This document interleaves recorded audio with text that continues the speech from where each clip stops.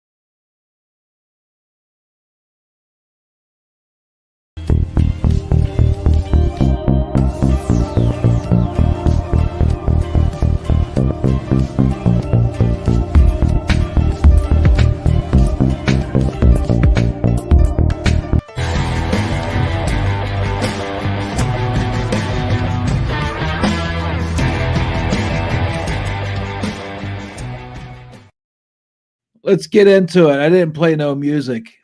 This is a good night. BYU SMU, just the battle of the acronyms just kicked off.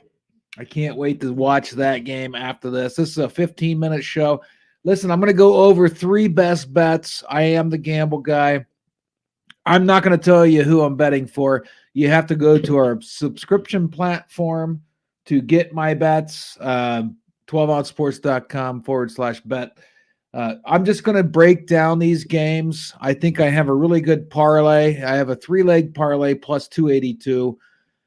We're running hot, Pete. I mean, I've had a couple bad days recently, but we're still 80%. You're going to make money there. Our subscription platform is only $5.99 a month. I mean, come on. You won't even notice the money. And we're giving you great advice. We were 60-11 in August, and September I think we're like 10-5, but we're bouncing back up. Old daddy, I got a new chair in the office. I'm pretty excited about that. Very comfortable. And I just got some I just got access to some insider stuff for future gambling. So I think my record's going to get even better, even though we're running at an 80% clip. So this is a 15-minute show. All we do is kind of break down the games I'm going to bet on in the subscription service. And those people have already seen that video. They might be tuning in to hear my thought process or why I picked those games. But we've already posted that on the subscription service. Again, 12ouncesports.com/bet. Now, I said BYU SMU kicked off. I didn't pick that game because I want to pick games that kick off after this show's live. And again, we're only live till 7:15. So we have a big one tonight in Sao Paulo, the Brazil game, as I've dubbed it, the Packers versus the Eagles. I've got some data here. It's very interesting, this matchup to me. I know Saquon Barkley's moved over to the Eagles from the Giants. I know the Packers gave Jordan Love a crazy contract. The line is -2. And I'm looking into this new insider information that I just got access to as the gamble guy. They recognize I'm the gamble guy. So the over and under is 49.5. Sorry, I'm a little stuffed up. I ate right before the show. I don't know why when I eat, I get stuffed up. It's going to be 64 degrees, barely any wind, no rain. Over under is 49.5. The line opened at 2.5, moved down to 2. Packers +2, Eagles -2. So we're going to look into some of the pro insights here.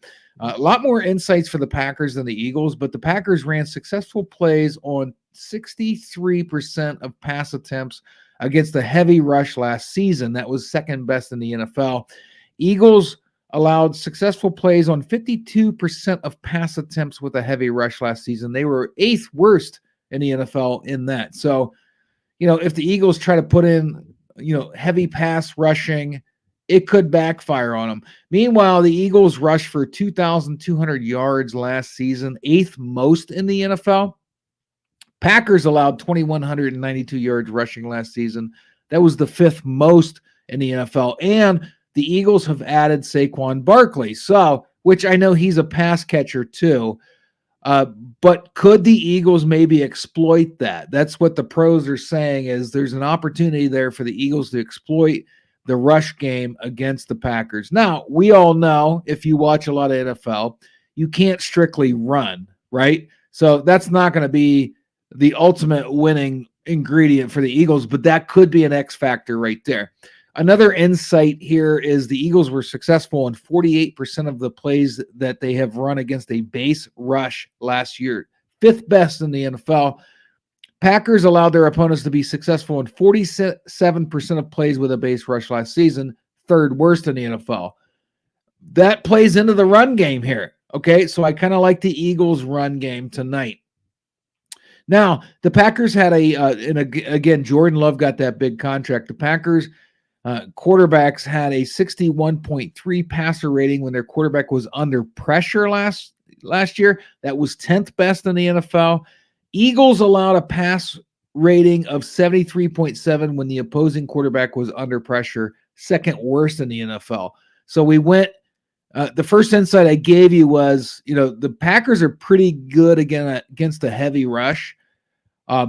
Doubling down on that, Jordan Love was really good when there was a heavy rush and he was under pressure, whereas the Eagles were really bad when they had a heavy rush, and they were really bad at containing a quarterback under a heavy rush. So that tells me the Eagles are going to be somewhat forced to lay back and play maybe some zone. That's going to move the ball around.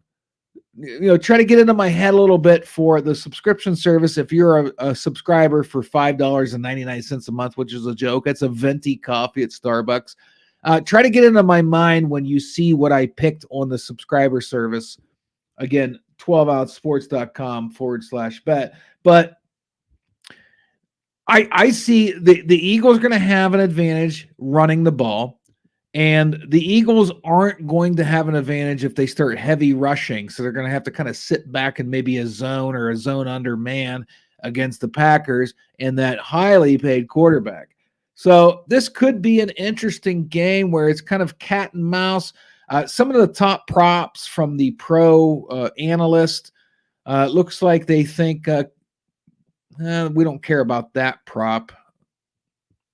We don't care about that prop. We find some props. Saquon Barkley, rushing attempts, over under 14.5. Most of the pros think he's going to go over the 14.5 carries. That kind of plays into what we just said. Josh Jacobs, I think it's Josh, over under 16.5 carries. A lot of the pros think he's going to have less than that. Again, plays into what we're saying. The Packers are going to probably rely a little bit more on the passing game. The Eagles are going to probably rely a little bit more on the running game. Dallas Goedert, tight end for the Eagles, over under catches 4.5. The pros are thinking he's going to have 3.9 on average. It's going to go under. Again, they're probably going to run heavy. Saquon Barkley's receiving yards, these are props. We're going through the insider information here.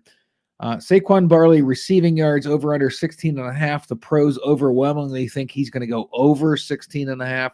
And then we get down to the betting money. Well, let's get to the expert picks first. We've already run over the first pick, but I'm not going to tell you my pick. Again, you have to subscribe to the subscription service, 12outsports.com/bet. 10 out of 13, well, there's 78 picks, but 10 out of 13 top experts picked Green Bay spread. So they like Green Bay +2. It's about even on the over-under. 4 voted on the under, 3 voted on the over. And then the money line straight up, 3-0 on Green Bay. When we go to the money, let's see where the money went. Here we go. Public money. Packers versus Eagles, public betting. 65% of the bets went to the Packers. 61% of the money went to the Packers. So there you go. That's the first rundown of the games I'm going to bet on in our subscription service So get into that. Let's go to, what's my next one? We're going to go NCAA football. Where is it at? There it is. Oh, I had it. NCAA football. All right. So we're going to get into my next one. Again, this is a 15-minute. I run down the games I'm going to bet on in our subscription service. I like Duke Northwestern tonight. I picked all games for tonight. That's different than what I normally do. I usually pick games for the entire weekend, but I wanted to get these in for tonight. Let me open up the Duke Northwestern information here. The over-under is 37. A lot of the pro experts said that's kind of low, okay? Just to give you a little bit of a hint of where I went on this. I didn't go on that line. That's another hint. I didn't pick that line, the over-under. The over-under is 37, though. If you look at the last game, oh, come on, refresh. Let's go, man. Both of them played. I mean, Northwestern played a little bit of a better opponent, Miami of Ohio. They beat them 13-6 last week. That's a favorite to win the MAC there. Duke beat Elon 26-3, not Elon Musk, but the actual university. They're not predicted to win anything. I don't even think they're FBS. I think they're FCS. So there's not much to tell there. Yeah, Duke won by more last week than Northwestern, but Northwestern played, an FCF school who's up there in the predictions to win their conference. And of course, Miami of Ohio has Blaine Gabbert's brother. So it looks like a defensive battle, and I think that's why the over-under is 37. Again, the pro expert gamblers think that's a pretty low line. The spread's Duke plus 2.5. We're looking at, this is going to be at that makeshift field right by the lake. 15-mile-per-hour wind that could cause havoc. 62 degrees tonight, 4% chance of rain. So that's what we got going on there. When we look at the expert picks, it's pretty even on the spread. Over under, 5 out of 7 pick the under 37. Again, I think that is kind of low. So if you do subscribe at 12ouncesports.com/bet, you'll see what I did there with the over under. And then the money line, it's 2-0 on Northwestern. So the pro experts are thinking Northwestern. What's the public think? We go to the public betting. 75% of the public bets are on Duke taking the points plus 2.5, 81% of the money. So the public's going against the expert gamblers. Interesting enough there. Against the spread history this season, Northwestern's 1-0 against the spread and Duke's 0-1.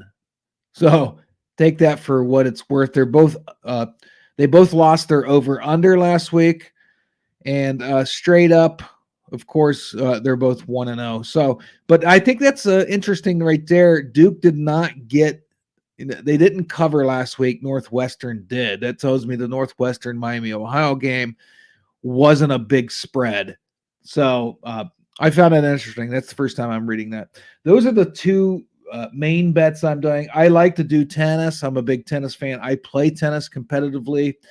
My third bet on the subscription service was the Taylor Fritz versus Frances Tiafoe U.S. Open men's singles semifinal. Of course, Yannick Sinner just finished off Jack Draper 7-5, 7-6, 6-2. So Yannick Sinner, the world's top tennis player, will take on Taylor Fritz 12th or Frances Tiafoe 20th. If you are a subscriber to our subscription service, you'll know that I'm 0-2 betting against Frances Tiafoe. So we'll see what happens tonight. Maybe I picked them. You don't know. You have to subscribe to find out. This is an interesting matchup.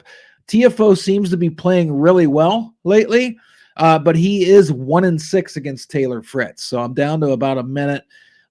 The likelihood to win on the U.S. Men's Open page here, 61% to Taylor Fritz. Again, he's 6-1 against Frances Tiafoe. Their last match was 2023 Acapulco, where Fritz won 6-3, 6-4. Before that, it was the Tokyo final in 2022, where Fritz won 7-6, 7-6. So it's not like Frances Tiafoe gets steamrolled by Taylor Fritz. So this could go either way.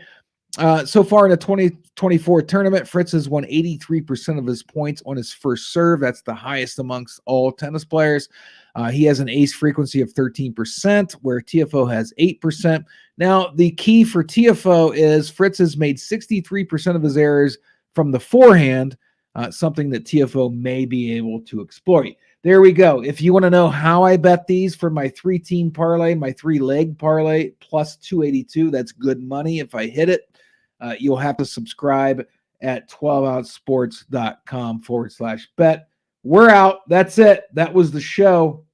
Have a wonderful